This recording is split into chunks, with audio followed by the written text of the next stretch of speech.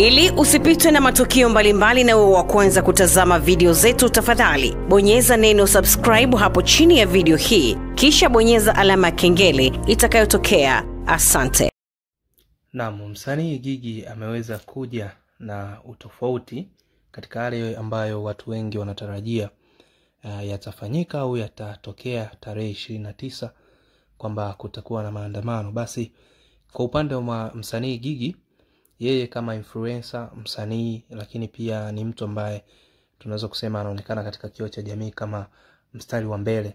Yeye kwa upande wake ameweza kuja na kauli ya kipekee na tofauti kabisa, na kuweza kuwaambia mashabiki zake na watu wengi baada ya kuja kwenye DMs na comments na kumwambia au kumwattack, kwa wengine wamemwattack na kumweka sawa kwamba wewe kwa nini uzungumzii lolote ambalo linaendelea katika mitandao ya jamii. Kama tunafahamu, kuna wasanii baadhi ambao wameweza kujitokeza na kuweza kuzungumza pande zao ni zipi, lakini watu wengine walitamani Gigy Money naye aweze kutoa la kwake la maoni. So katika siku hii ya leo, akiwa amesalia masaa machache, ameweza kuzungumza kuwa yeye kama GNZ hato kuwepo, lakini pia kulinda status yake, lakini pia moja kati ya kitu alichokisema, yeye ni muoga.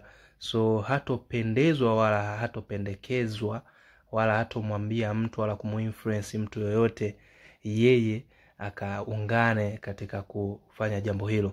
So moja kati ya kitu ambacho mashabiki wameweza kumwattack ni kwamba walitarajia kama yeye kuwa kama ni kioo, sehemu ya kioo cha jamii kimoja wapo, kwamba yeye ni influencer, anaweza kufanya chochote au kuzungumza lolote, lakini yeye kaungana na mama. Lakini pia kuna kauli ambayo ameweza kuitumia na kuonyesha upande wake ni upi, ambao aliposema kuwa yeye anatarajia kwamba mama atakuwepo na mama ndiye atakayekuwa mtawala, tunaweza kusema hivyo.